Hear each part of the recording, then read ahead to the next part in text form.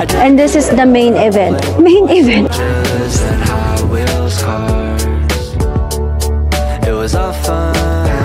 Uy, baby, dandang ka maglakad, parang lumulundo.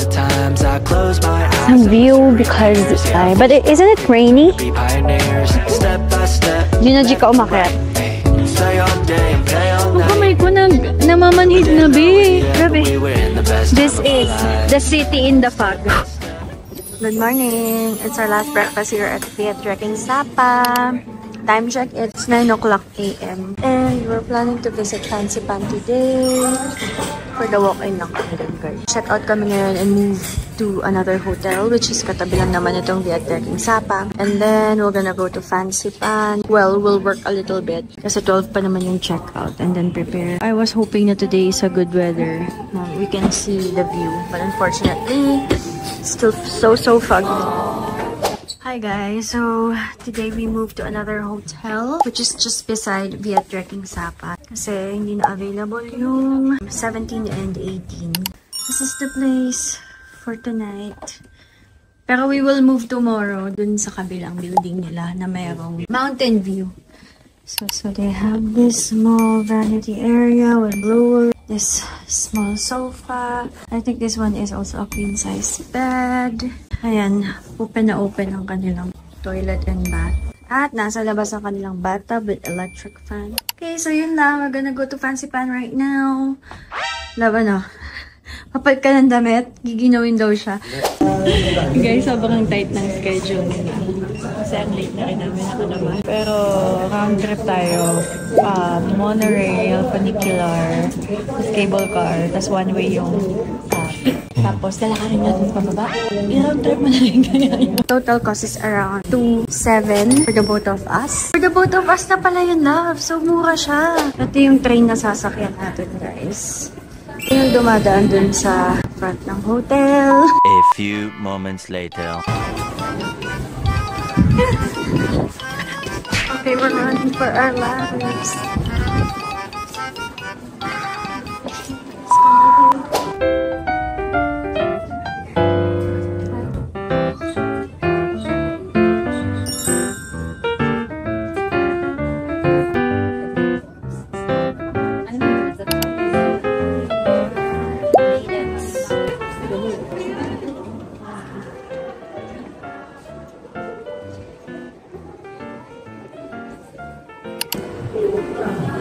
Diretso na tayo.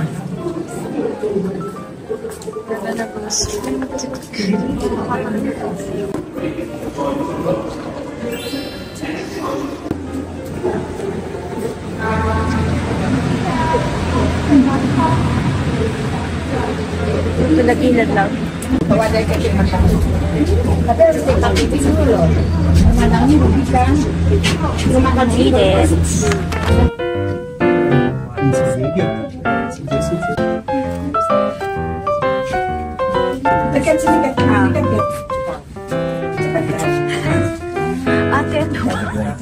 Touchdown, Fancy Pan. Wala, ang ganda lang. Take a picture.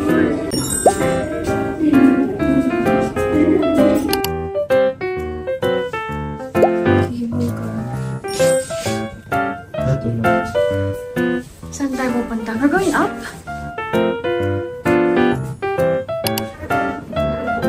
Maybe parang nagugutom ako. Maybe kami eat. Sabihin mo, one lang. Bila akong kape. This is kebab bani as per story. So, nom. Gusto ko bumili ng kape. Wala na yung kape dun sa kabila. Ganda, baby. Gabi, hindi nga ako sa hagdan.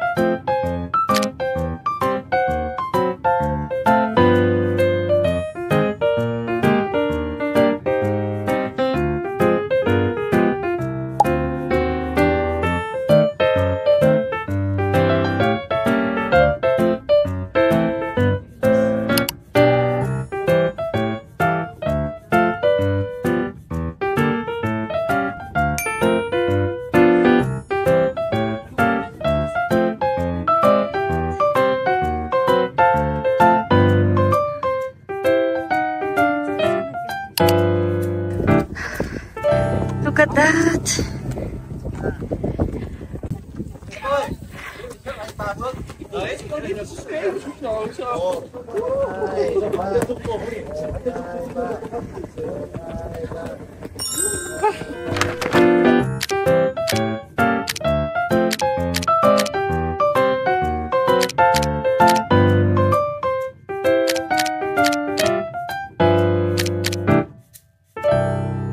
going down.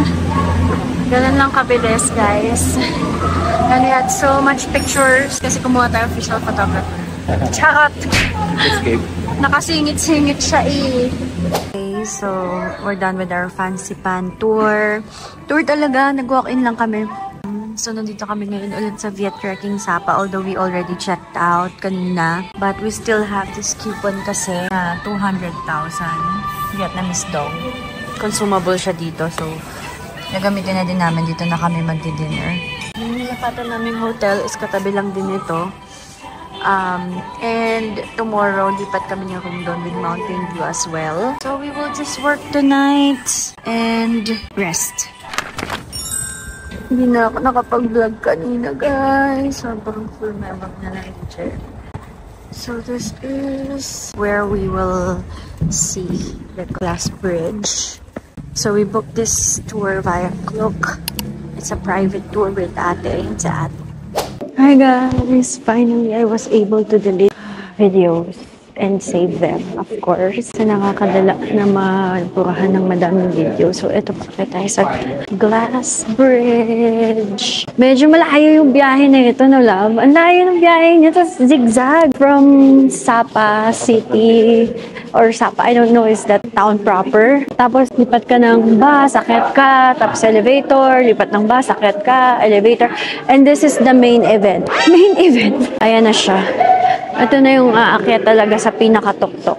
So, book this tour via Klook. It's a private tour. Oh, ang taas nito, guys. Grabe. And it's very foggy, although may carpet siya. Pagdating doon, wala nang carpet. At actually, wala naman tayo makita eh. Kasi foggy siya. Pero ang taas niya sobra. Tapos naka-elevator ka lang. Uy, baby, doon ka maglakad, parang lumulundo. Diyos ko, Lord. Ano ba itong ginagawa natin sa buhay? So, this is the rainbow. Rainbow steps. Pwede tayo mag-picture dito lang. This is the bridge. Hindi mo nga lang siya masyadong kita.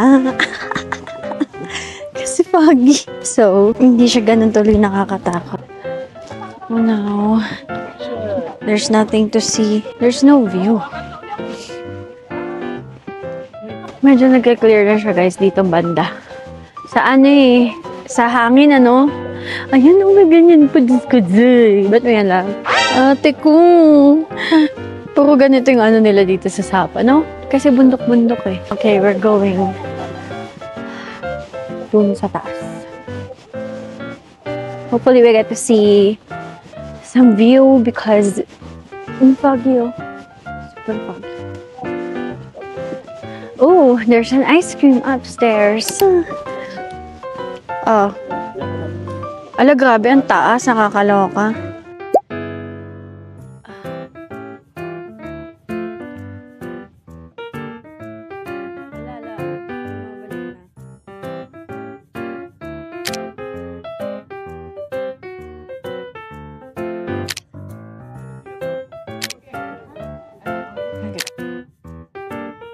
Kasi how much yung cash natin na naiwan doon? 200 pa. 200? Yan na lang yung pera namin, guys. Send help. Send bubble.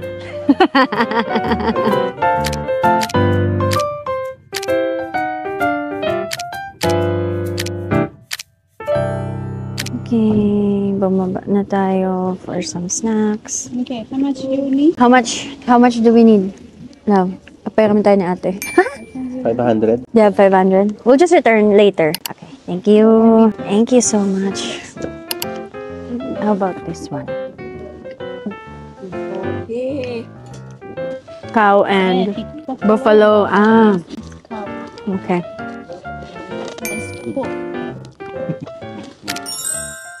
Namin nating sinasakyan dito. Parang van.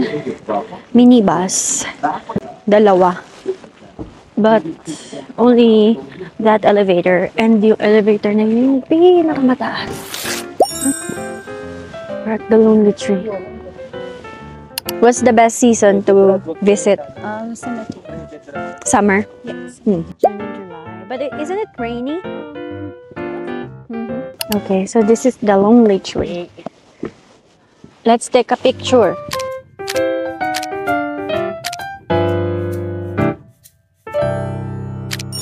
So we're here, guys, at the Silver Waterfall. Saman si ate paying for entrance fee. Oh, there's a dragon. There's a golden dragon. Ay, oh my gosh. How high is this? How many steps? 200. Let's go. Okay, this is the falls. 200 steps. Junaji siya. Love, Junaji ka. Junaji ka umakyat. Okay. Doon tayo pwede mag-TikTok. Sa dragon. Pwede na dito, love. No? Silver Waterfall holds great cultural significance for the ethnic minority communities residing in the area. According to the local folklore, the waterfall is believed to be home to powerful spirits who guard the land and bless the surrounding villages with prosperity and abundance. We're going down it.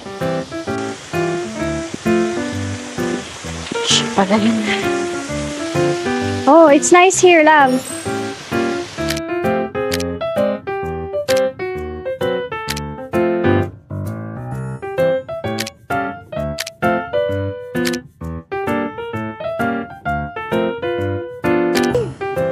This is our last night here in Sapa.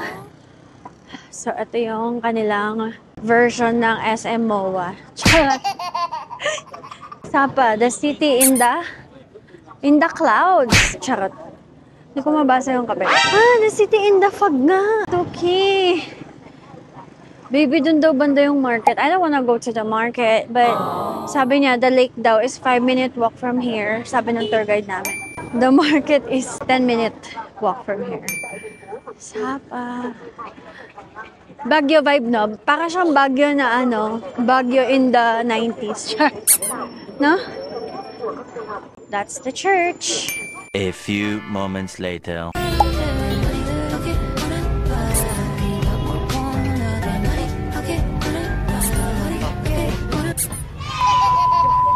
Okay, we found Little Vietnam restaurant referred by our friend. Oh, yeah. Thank you. Saan tayo? Okay. Oh.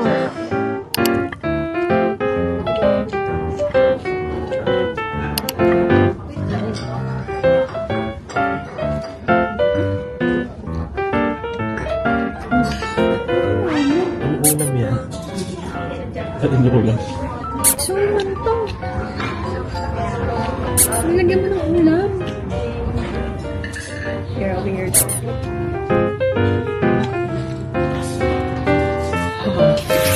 Hi guys! So we're back here at our hotel. Well, actually this is not the old room that we had yesterday. Kasi bagong room na to, nagpalipat kami dito. Sa Mountain View. And this ends our December 18 adventure. It's our 8th day here in Vietnam. Grabe, ang tagal. 8 days na tayo nandito sa Vietnam. So, we spent 4 days in Hanoi and then 4 days din dito sa Sapa. Tapos, babalik tayo na ng Hanoi tomorrow. We booked another sleeper bus. Akala namin wala na kami makikitang sleeper bus kasi wala na available sa Klook.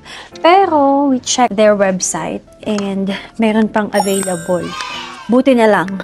Time check, it's 8:30. So, maya mag-work na tayo. Kaya, tanggal lang tayo ng makeup and rest for a bit. And then, okay. Bye, guys. See you tomorrow. Okay, hi, guys. Good morning. So, ngayon ay Wednesday. And it's December 19. Nandito pa din kami sa hotel where we're staying for the past 2 nights. Today, pabalik na rin kami ng Hanoi. Ang lamig ngayon. Gusto ko na din talaga bumalik kasi ang lamig na dito. Ang kamay ko namamanhid na, be. So, pabalik na kami ng Hanoi. Mamayang 4 o'clock. Ngayon, kakain lang kami. It's 1:40. Tapos, 3:30 that nandun na kami sa station ng sleeper bus. Para makaalis kami ng 4 o'clock. Pabalik ng Hanoi. And we will be there at 10 p.m. if I'm not mistaken. So, today, we will just ride a taxi and then magla-lunch kami. And then, balik dito to get our luggages. Tapos, punta ng terminal. And then, voila! Inspired by the train. Tenderloin. Served with truffle sauce. For 2? Yes, please.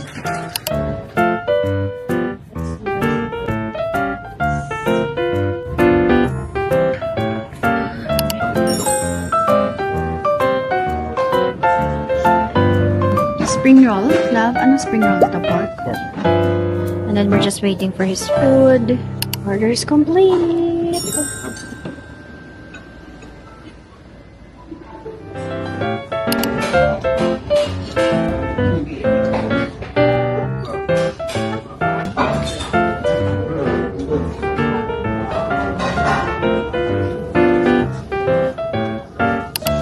Okay, kakatapos ng lunch namin. It's actually super late lunch. It's 2:53 already. And pabalik na kami sa hotel to get our luggages.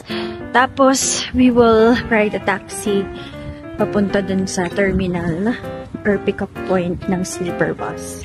Grabe, sobrang lamig na. Buti na lang din. Uuwi na kami. Hindi ko na kaya, friend! Grabe.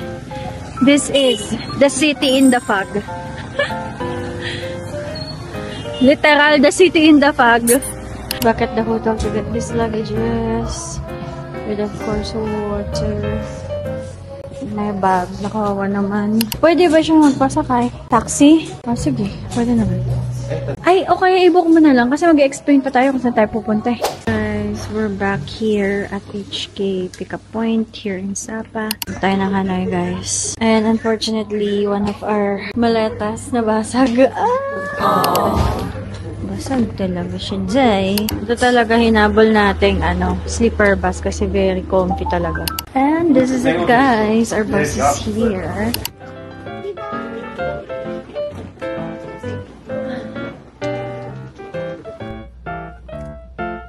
Okay, nandito tayo sa sleeper bus again. Masyado siyang malapit sa ceiling kumpara din sa mga nasa baba. Nakakaupo pa ako dyan. Goodbye, Sapa! We'll be back. Hanoi.